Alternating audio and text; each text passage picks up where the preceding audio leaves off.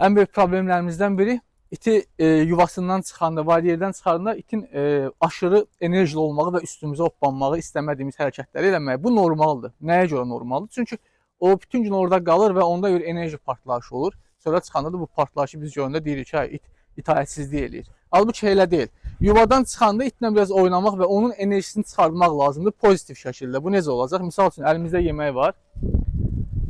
Hop.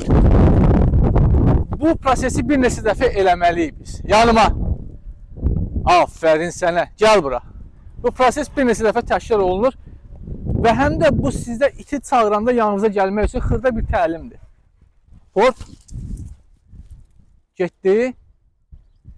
Gəlir və çalışın gəlsin, otursun. Markus.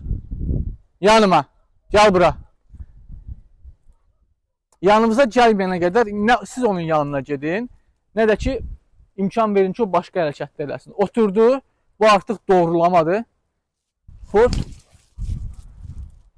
Getdi öz yeminin dalınca, ta ki, gələnə qədər. Biraz səbirli olmaq lazımdır. Fikir verin, gəlir. Niyə? Çünki bilir ki, bu proses təkrarlanacaq. Otur. Uzan. Bravo. Port.